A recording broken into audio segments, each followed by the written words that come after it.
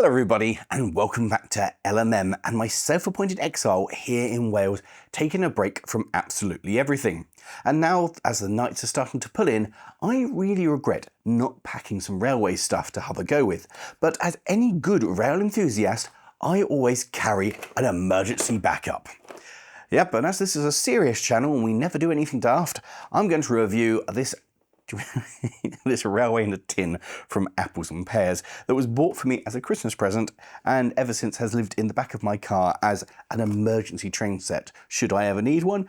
And now, well, I feel like I need a train set, and let's see how terrible this thing is.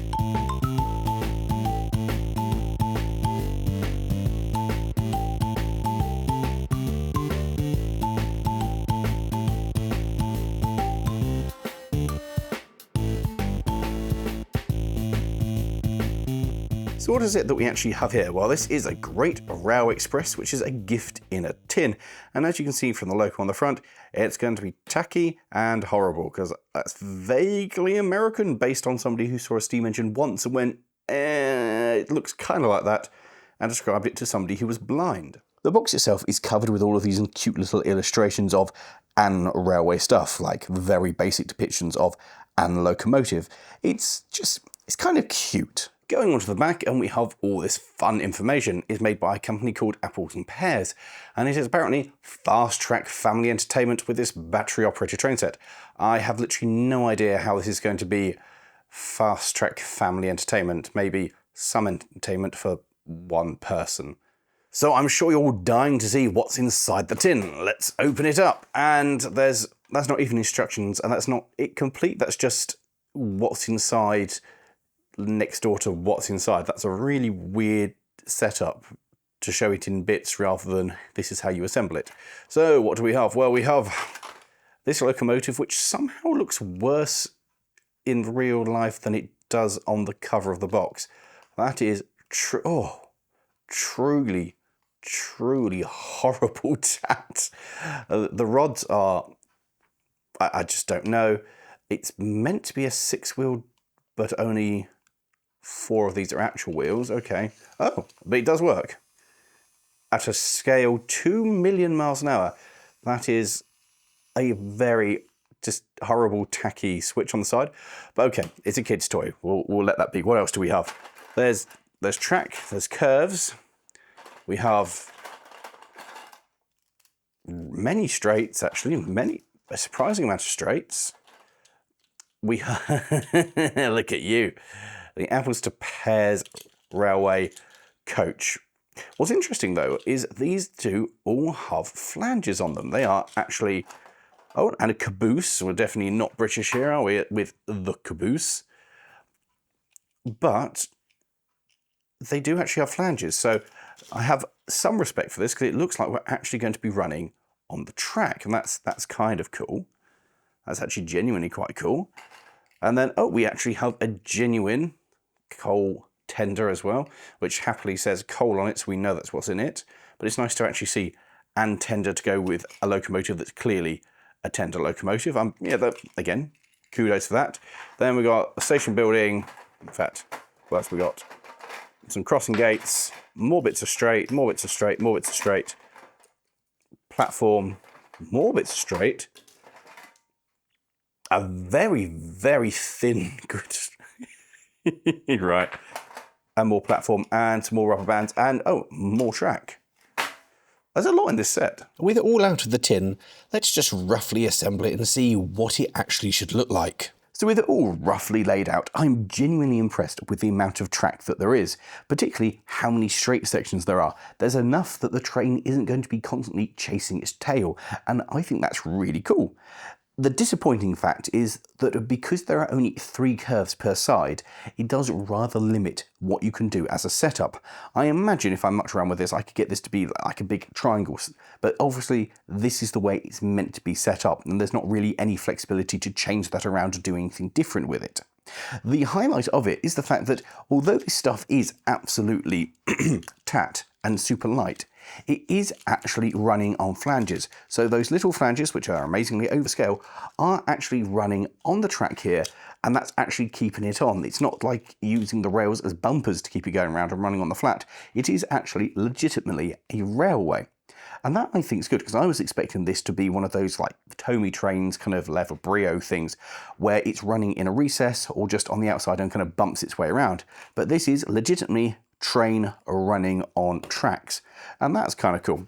The other really nice little touch is this little station here, the fact it is indeed and station. It's unnecessary, it doesn't need to be there, but it just breaks things up, as are the non-functioning wooden crossing gates and this.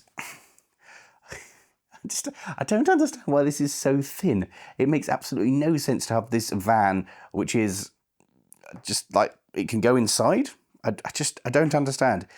But it makes it vaguely more entertaining, and I guess that gives you your kind of play value to it, that you can actually, play with that as this goes around. Because as much as I'm impressed with this, and it does go hurtling along, there's absolutely no control. And that's the big thing I think this is missing, is there's no way to control it. It would be really nice if there was a switch somewhere you could press to stop it. You could remotely stop it in the station.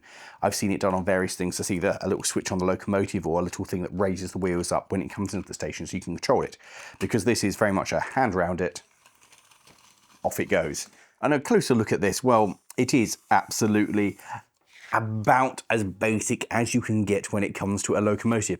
There is a chimney, a steam dome, and then presumably a sanding dome, but I bet whoever designed it had no idea.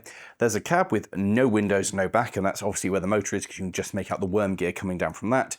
It's vaguely round for the boiler. There are some random bits of handrail which don't really work as handrails. Big old American lamp on the front, big old cowcatcher on the front, because of course it's American. It is only driven on the rear axle. These rods just fly around and do nothing. They don't actually drive the front wheels. But on the other hand, they are rods and make it look a bit more steam engine-y. This actually has a fair amount of weight to it, and it's fitted with traction tyres on the back, but no sprung buffers for those of you who like your sprung buffers. The coupling system is all fairly simple. It's just hook onto the back and go, which means that you can theoretically arrange these in whatever order you want. Although it gives me a certain amount of OCD to set it up like this, where it's obviously wrong. There is only one correct order. Obviously, you have to have the tender behind the locomotive, then the passenger car, because it's all American, so I'm going to call it a car, behind that, followed up by the caboose. Any other system is just illogical and will upset me. But this thing will just, off it runs. So that is more powerful than it needs to be, I think, for these, because these, I think if I throw one of these up into the air, it will just stay up there. It hasn't got enough mass to actually come back down. So that's about all I can go for this. It's just, there's a certain charm to this tatty. It's proper next level tat.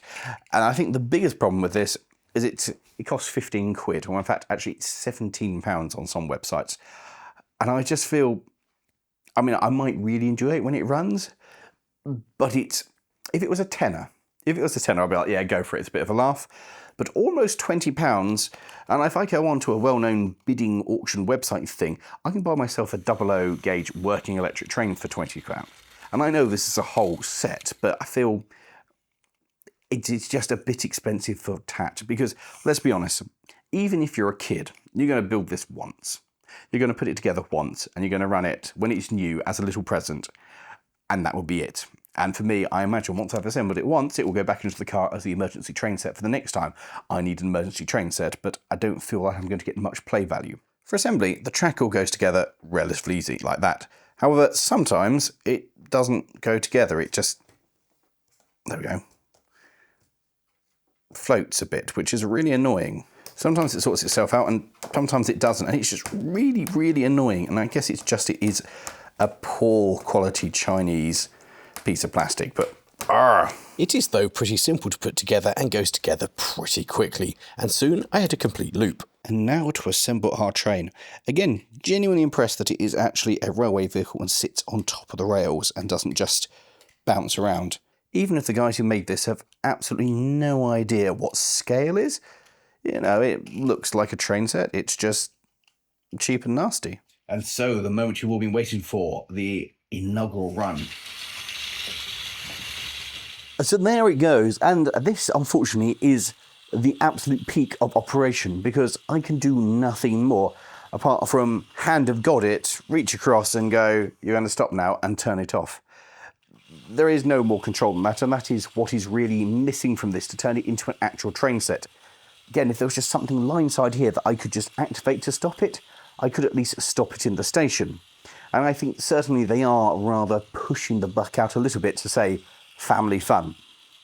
I mean, passing interest for the family, maybe, and fun for one person for about 5 minutes, because there's literally nothing else I can do.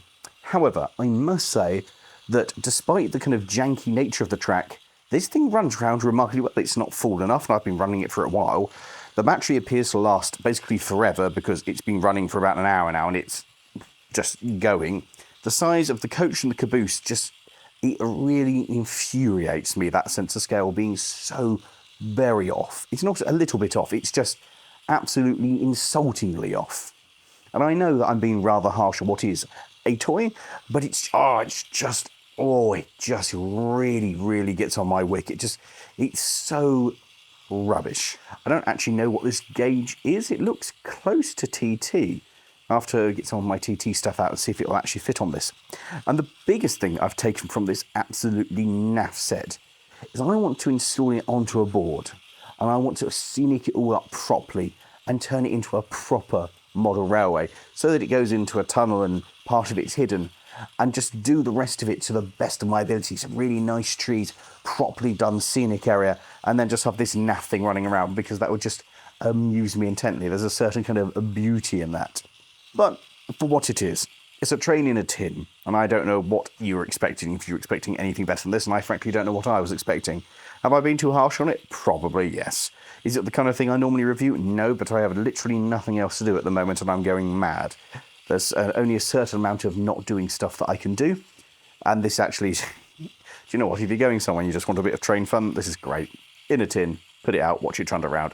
Hilarious, overpriced for what it is, because it is cheap and nasty, but it works. It is a proper railway, and frankly, I'm quite happy to have a little bit of trains running around whilst on holiday. Well, what's left of my holiday anyway. So there we go.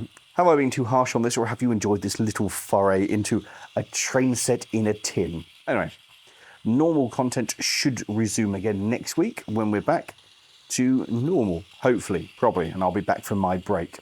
So, with that, thank you all very much for watching. If you have enjoyed this, how about clicking over there for another model railway review, or down there for a review of something slightly bigger. With that, thank you all for watching, and of course to all of you, thank you so much for the support during this little break time. It means the absolute world to me that so many of you have got in touch and written lovely things in the comments. You're a wonderful community, guys. So, see you next time. Oh, and do you want more reviews on rubbish sets like this? Something I can do. Anyway, ta-ra.